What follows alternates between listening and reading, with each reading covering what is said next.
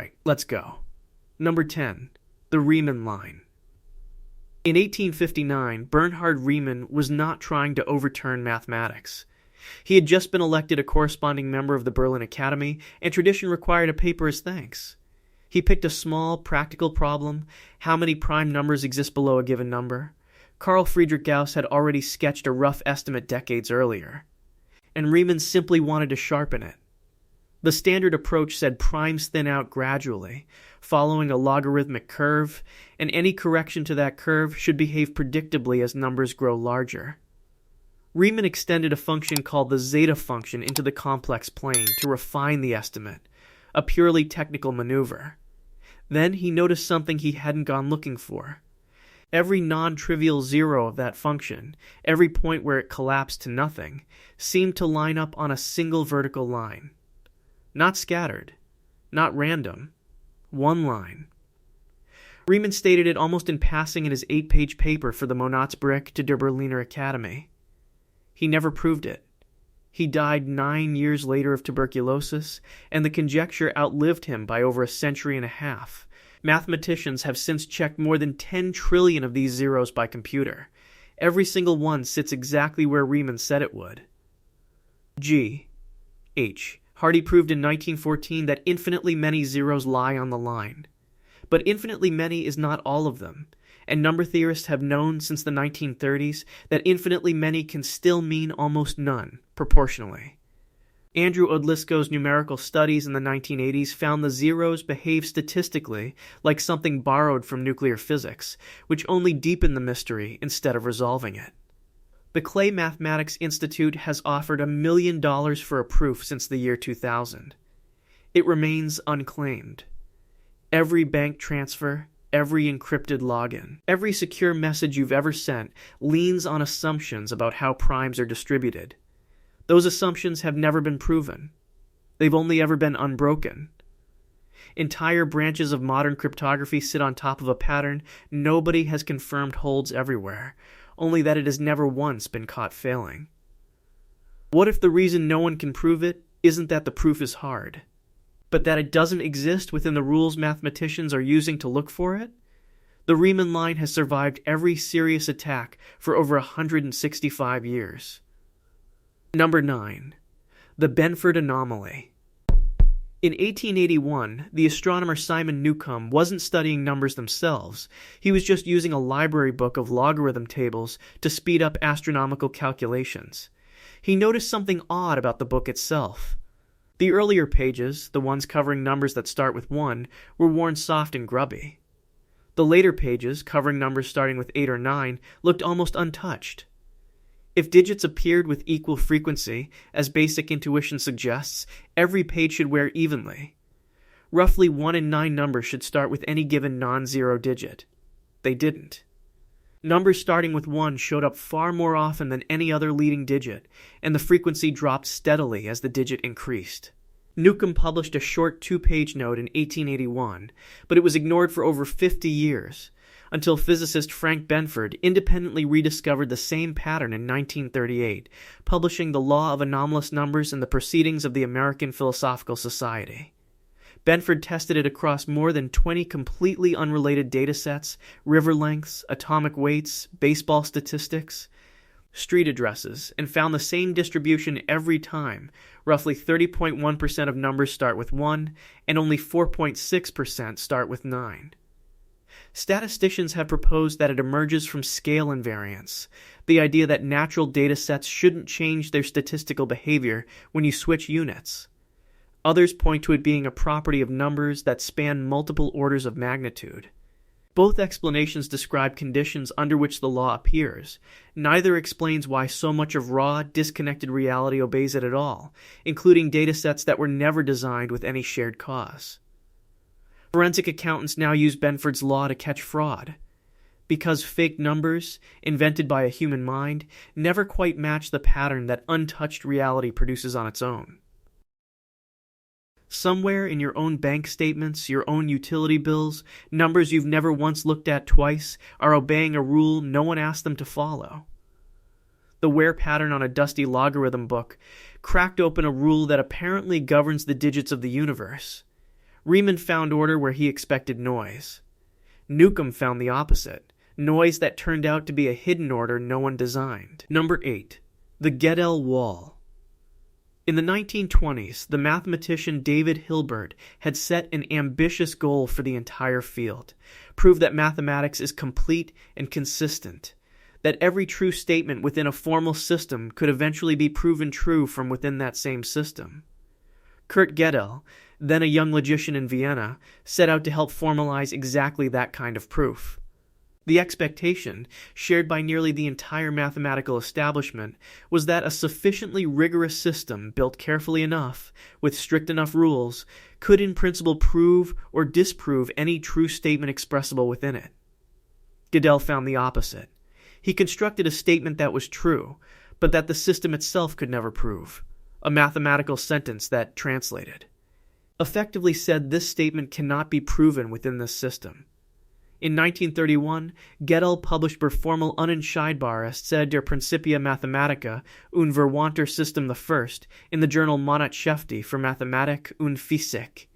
He demonstrated that any formal system powerful enough to describe basic arithmetic must contain true statements it cannot prove, and further, that the system can never prove its own consistency using only its own rules. Hilbert reportedly never fully accepted the implications. Bertrand Russell, whose own Principia Mathematica was the direct target of Gödel's proof, admitted decades later he never fully understood how the argument worked. Some logicians tried to argue Gödel's constructed sentence was some kind of trick, a linguistic loophole rather than genuine mathematics, but the proof was later formalized rigorously enough that the objection collapsed entirely. No mathematician has found a flaw in it since 1931. There is no field rebuttal to point to. There's simply silence, because the proof holds. Whatever formal system underlies the rules you trust, arithmetic, logic, the axioms holding up everything you've ever calculated, contains truths that system can never confirm about itself. If every sufficiently powerful system is permanently blind to some of its own truths, what exactly is it that you're using it to see? Gödel didn't just find a hole. He proved every sufficiently complex system must have one. Number 7. The Collatz trap. In 1937, the German mathematician Lothar Collatz was playing with simple number sequences, the kind of recreational puzzle mathematicians pass between themselves rather than publish. He wasn't chasing a famous unsolved problem. He was just testing what happens when you apply an absurdly simple rule over and over again. The rule: take any positive whole number. If it's even, divide it by 2. If it's odd, multiply it by 3 and add 1. Repeat. Basic number theory would suggest a rule this arithmetically simple should have a provable general behavior. Either it always grows, always shrinks, or always cycles, and a clean proof should exist either way. Every single number anyone has ever tested, every one, eventually collapses down to 1. Paul Erdős, one of the most prolific mathematicians of the 20th century, said mathematics was not yet ready for this problem. As of the most recent large-scale computational verification efforts, every starting value up to roughly 2 to the power of 68 has been checked directly, without a single exception. Terence Tao, a Fields medalist, proved in a 2019 paper that almost all Collatz sequences eventually reach almost bounded values, a partial result, not a full proof, and one of the closest anyone has come in over 80 years. Every approach that treats the sequences as random walks predicts they should behave the way they do. But a prediction based on probability is not a proof. And mathematicians have been unable to close that gap since Collatz first wrote the rule down. A rule simple enough for a child to compute by hand has resisted the combined effort of professional mathematicians for 87 years. Is there a number out there, too large for any computer to ever reach, that simply doesn't come down? Number 6. The twin silence. Before 2013, Yitong Zhang was not a well-known mathematician.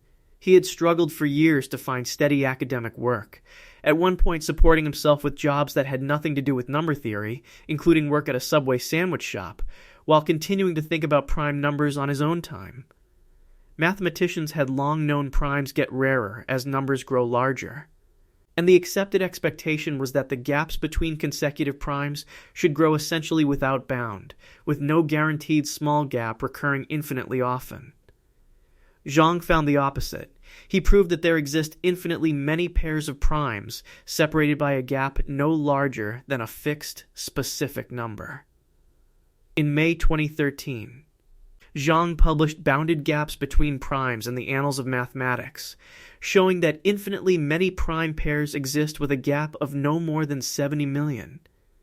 Within months, a collaborative effort called the Polymath Project, combined with a separate breakthrough from mathematician James Maynard, drove that bound down from 70 million to 246. The twin prime conjecture itself, that infinitely many primes exist exactly two apart, like 11 and 13, remains unproven to this day. Every attempt to shrink that gap from 246 down to 2 has stalled.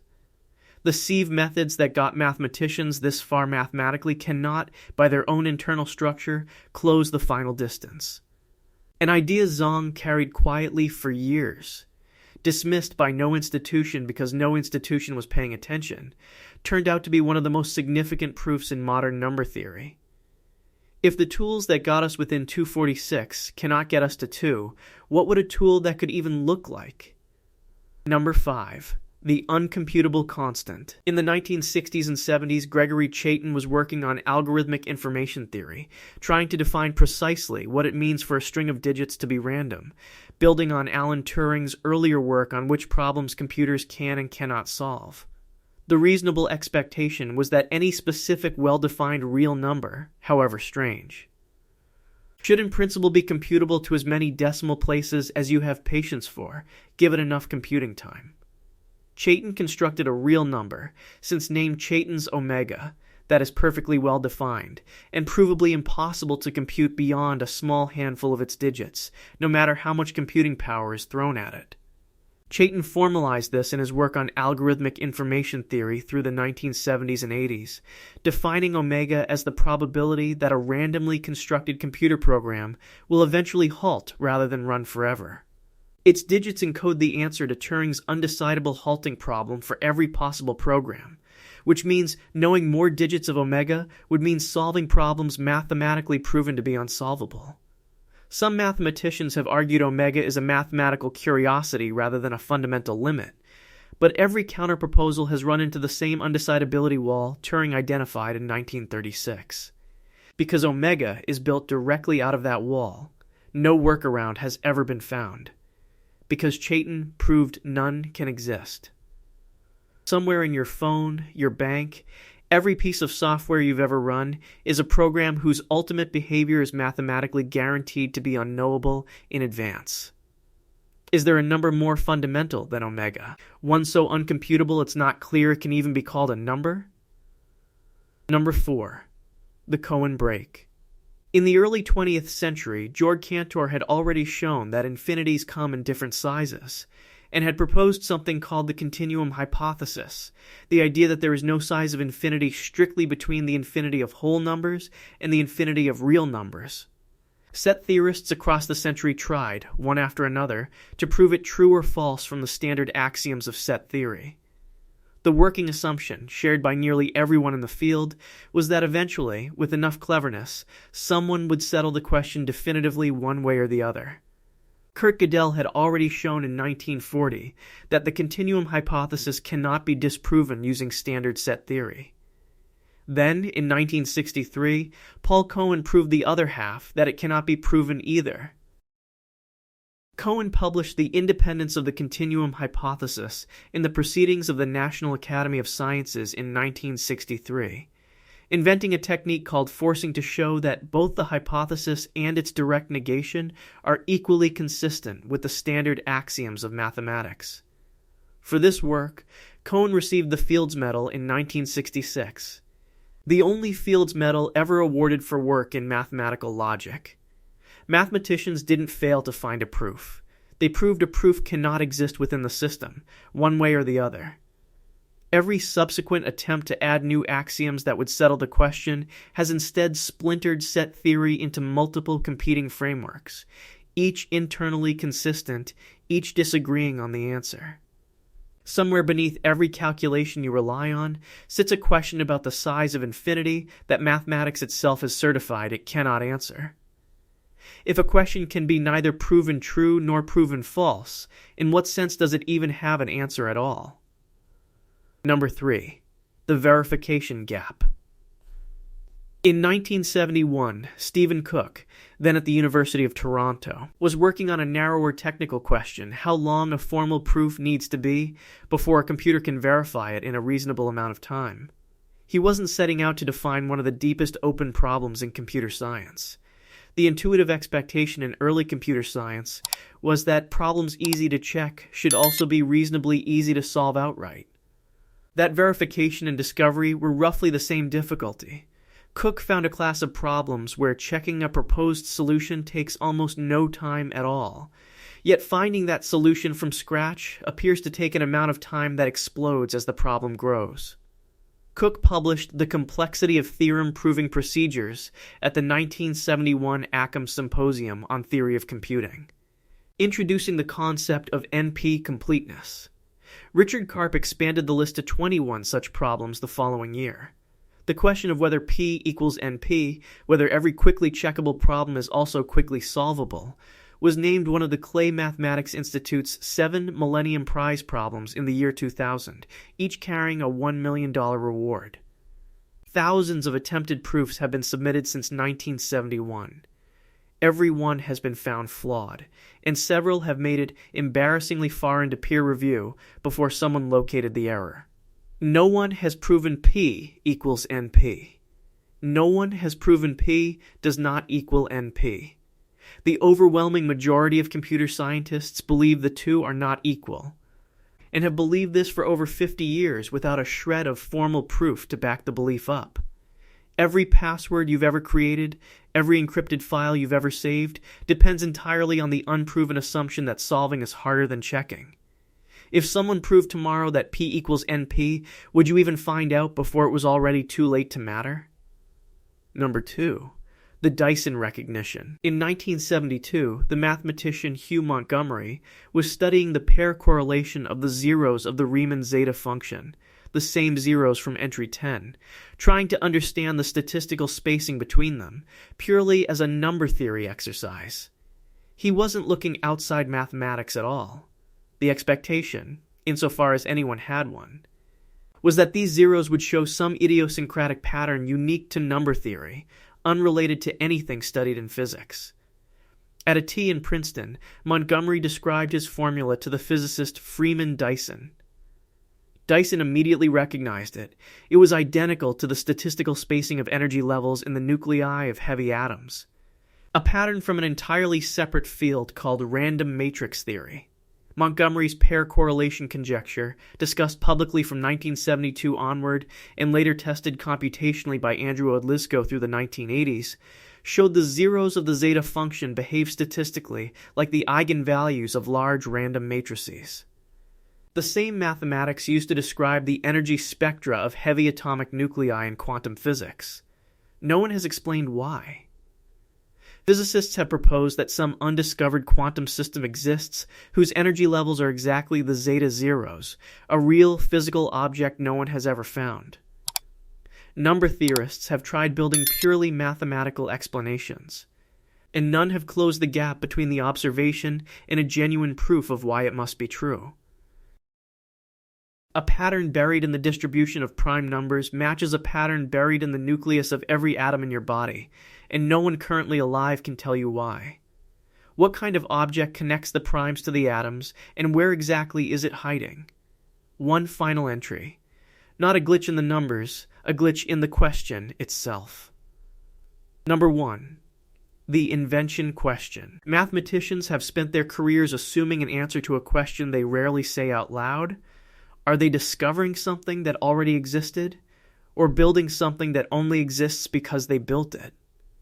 The expectation, comfortable and rarely challenged, was that this was a settled philosophical footnote, not a live scientific problem.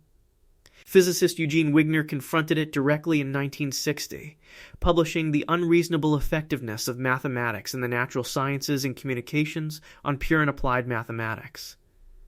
Wigner pointed out that abstract mathematics, invented by mathematicians with no physical motivation whatsoever, repeatedly turns out decades later to describe the physical universe with uncanny precision.